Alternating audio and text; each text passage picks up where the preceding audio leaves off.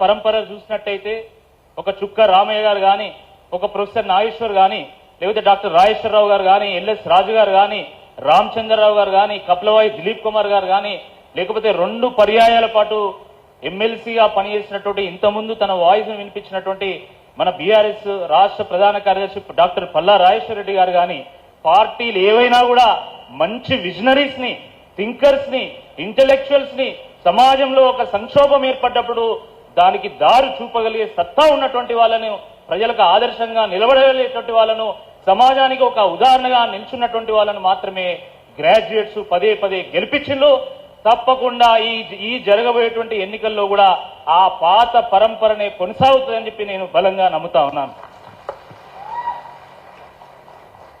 నేను ఎక్కడి వాడినో కాదు, నేను మీ బిడ్డను, ఈ ప్రాంతంలో పుట్టి పెరిగినటువంటి వాడిని, ఈ దామర గ్రామానికి ఆనుకొని ఉన్నటువంటి మా వంగపాడులో పుట్టి పెరిగినటువంటి వాడిని, చిన్న రైతు కుటుంబం నుంచి వచ్చినటువంటి వాడిని, కష్టమేందో తెలిసినటువంటి వాడిని. నేను బిట్స్ పిలానిలో గ్రాడ్యుయేషన్ పూర్తి చేసిన తర్వాత, గోల్డ్ మెడల్ సాధించిన తర్వాత నేను బెంగళూరులో, అమెరికాలో 7 ఏళ్ల పాటు ఉద్యోగం చేసి నా పుట్టిన గడ్డకు రుణం తెచ్చుకోవాలి, మా ప్రాంత ప్రజలకు సేవ చేయాలి, నేను ఒక కాకతీయుల రాజధానిలో పుట్టిన ఆ ఓరుగల్లుకు పూర్వవైభవం తీసుకురావాలనేటువంటి ఉద్దేశంతోనే నేను ఆ ఉద్యోగాన్ని తృణప్రాయంగా వదిలేసి 2013లో వచ్చి ఇక్కడ నేను భారతీయ జనతా పార్టీలో చేరడం జరిగింది. ఒక కార్యకర్త స్థాయి నుండి నేను కార్యకర్తలతోనే మమేకమైతూ, ప్రజలతోనే మమేకమైతూ, ప్రజా సమస్యల మీద స్పందిస్తూ, ప్రజా సమస్యల మీద గొంతెత్తి పోరాటం చేస్తూ నేను భారతీయ జనతా పార్టీ రాష్ట్ర అధికార ప్రతినిధిగా నేను ఎదగడం జరిగింది. ప్రజల్లో ఒక మంచి గుర్తింపు వచ్చింది. దాని తర్వాత జరిగినటువంటి పరిణామం మీ అందరికీ కూడా తెలుసు. నిరుద్యోగుల సమస్య కానీ, ఉద్యోగస్తుల సమస్య కానీ, రైతుల సమస్యల మీద కానీ నేను అనేక సమస్యల మీద నిర్మాణాత్మకంగా నేను పోరాటం చేసిన.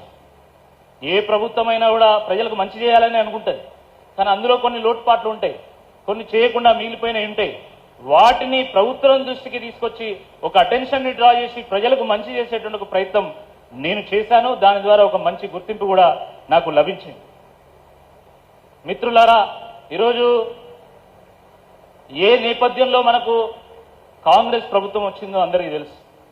2 పర్యాయాల పాటు కేసీఆర్ గారి ప్రభుత్వాన్ని చూసిన తర్వాత ఎన్నో మంచి పనులు చేసినా కూడా ఒక్క అవకాశం వేరే పార్టీకి ఇద్దామని ప్రజలు కాంగ్రెస్ పార్టీకి ఓట్లేసి ఏరి కోరి ఎంచుకొని మరి కాంగ్రెస్ ప్రభుత్వాన్ని తీసుకొచ్చుకున్నారు. 6 గ్యారంటీల పేరు మీద, 420 హామీల పేరు మీద ప్రజలను నమ్మించి వాళ్ళ అధికారంలోకి రావడం జరిగింది. మరి 100 రోజులు గడిచిపోయినాయి. ఇప్పుడు 15 ఆగస్టు అంటున్నారు, రేపు 26 జనవరి అనేటువంటి అవకాశం కూడా ఉంటుంది.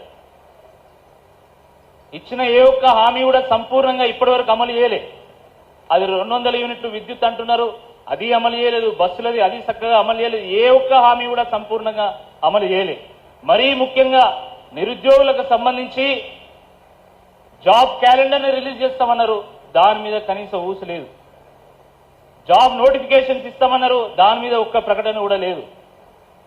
50,000 పోస్టులతోని మెగా డిఎస్సి అన్నారు, దాని మీద ఇప్పటివరకు చర్చ లేదు. ఉద్యోగస్తులకు సంబంధించి డిఏలు ఇస్తామన్నారు, దాని గురించి మాట్లాడడం లేదు. పిఆర్సీ ఇస్తామన్నారు, దాని గురించి మాట్లాడడం లేదు. రిటైర్ అయినటువంటి ఉద్యోగులకు ఈరోజు బాండ్లు ఇస్తున్నారు, వాళ్ళకి కనీసం బెనిఫిట్స్ ఇస్తున్నటువంటి ఒక పరిస్థితి కూడా లేదు. మరి ఇటువంటి ఈ నేపథ్యంలో ఈరోజు 6 గ్యారంటీలు అమలు కావాలన్నా, 420 హామీలు నెరవేరబడాలన్నా అది కేవలం బీఆర్ఎస్ పార్టీ ఎమ్మెల్సీ అభ్యర్థిగా ఉన్నటువంటి నన్ను గెలిపిస్తేనే సాధ్యమవుతుంది తప్ప కాంగ్రెస్ పార్టీ ఎమ్మెల్సీ అభ్యర్థిని గెలిపిస్తే సాధ్యం కాదు. ప్రజలు ఏరి కోరి ఎంచుకొని మరీ కాంగ్రెస్ పార్టీ ప్రభుత్వాన్ని తీసుకొచ్చుకున్నారు. కాబట్టి ఒకవేళ ఇప్పుడు కాంగ్రెస్ పార్టీ ఎమ్మెల్సీ అభ్యర్థి ఓడిపోయినా, ఎట్లా ఓడిపోతాడు, ఓడిపోయినా కాంగ్రెస్ ప్రభుత్వానికి వచ్చేటువంటి ముప్పేం లేదు. కాంగ్రెస్ కార్యకర్తలు, కాంగ్రెస్ నాయకులందరూ కూడా గమనించాలి, ఈయన ఓడిపోయినా మీ ప్రభుత్వానికి వచ్చేటువంటి ముప్పేం లేదు. కానీ బీఆర్ఎస్ పార్టీ అభ్యర్థిగా ఉన్న నేను గెలిస్తే మాత్రము ప్రజా సమస్యల మీద గొంతెత్తడానికి ఒకరిని ప్రజల పక్షంగా మండలి పంపించినట్టయితే అని చెప్పి ఈ సందర్భంగా గుర్తు చేస్తున్నాను. తెల్లారులేస్తే ప్రశ్నించే గొంతు, ప్రశ్నించే గొంతు, ప్రశ్నించే గొంతు అని మాట్లాడుతూ ఉన్నారు. మీది ప్రశ్నించే గొంత, ప్రశంసించే గొంత అందరికీ తెలుసు. మీది ప్రశ్నించే గొంత, ప్రభుత్వానికి తొత్తుగా మారిన గొంత అందరికీ తెలుసు. ప్రభుత్వం వచ్చి 5 నెలలైంది. ఇంతసేపు ధర్మన్న అనేక హామీల గురించి చెప్పడం జరిగింది. ఏ ఒక్క హామీ మీదైనా, ఏ ఒక్క విధానం మీదైనా, ఏ ఒక్క విషయం మీదనైనా, ఏ ఒక్క ప్రజా సమస్య మీదనైనా ముఖ్యమంత్రి ఒక్క ప్రశ్న వేసిందా? ఈ అభ్యర్థిని నేను సూటిగా ప్రశ్నిస్తా ఉన్నా. ఒక్క ప్రశ్న, కనీసం ఒక్క ప్రశ్న అయినా వేసినావా? మరి మీరు ప్రశ్నించే గొంతు ఎట్లయితారని అడుగుతున్నా. ప్రభుత్వం వచ్చిన దగ్గర నుండి తెల్లారులేస్తే రేవంత్ రెడ్డి గారిని పొగుడుతున్నారు.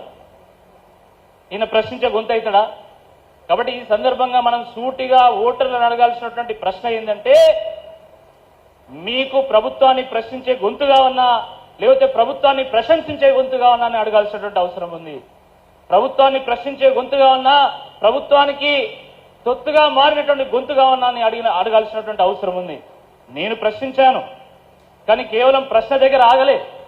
ప్రజా సమస్యల మీద ఒక పరిష్కారం చూపేటువంటి ఒక ప్రయత్నం కూడా చేసిన. మన రాష్ట్రంలోనే కాదు, దేశంలో కూడా నిరుద్యోగ సమస్య ఉంది. ఎందుకంటే లక్షల మంది గ్రాడ్యుయేట్ అవుతున్నారు. గ్రాడ్యుయేట్ అవుతున్నటువంటి సందర్భంలో ప్రతి ఒక్కరికి ఉద్యోగం ఇవ్వడం ఏ ప్రభుత్వంతో సాధ్యం కాదు. కాబట్టి నేను ప్రశ్న వేసినా, ఎట్ ద సేమ్ టైం వరంగల్లో మెగా జాబ్ ఫేర్ నిర్వహిస్తే 692 మందికి ఒకే రోజు ఆఫర్ లెటర్ ఇప్పించాను నేను. ఒకటే రోజు, సింగిల్ డే.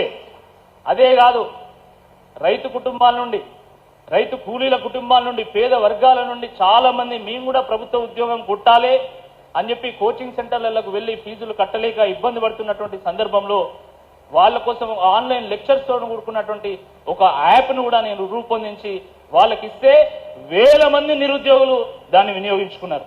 అదే కాదు, వరంగల్ సెంట్రల్ లైబ్రరీలో, వరంగల్ రీజనల్ లైబ్రరీలో అక్కడ వసతుల కొరత ఉంది, అక్కడ చైర్లు లేవంటే, అక్కడ ఫ్యాన్లు లేవంటే నేను నిత్యం లైబ్రరీకి వెళ్తూ, నేను నిత్యం అక్కడ వసతుల గురించి తెలుసుకుంటూ అక్కడ అనేక వసతులు కూడా నేను డెవలప్ చేశాను.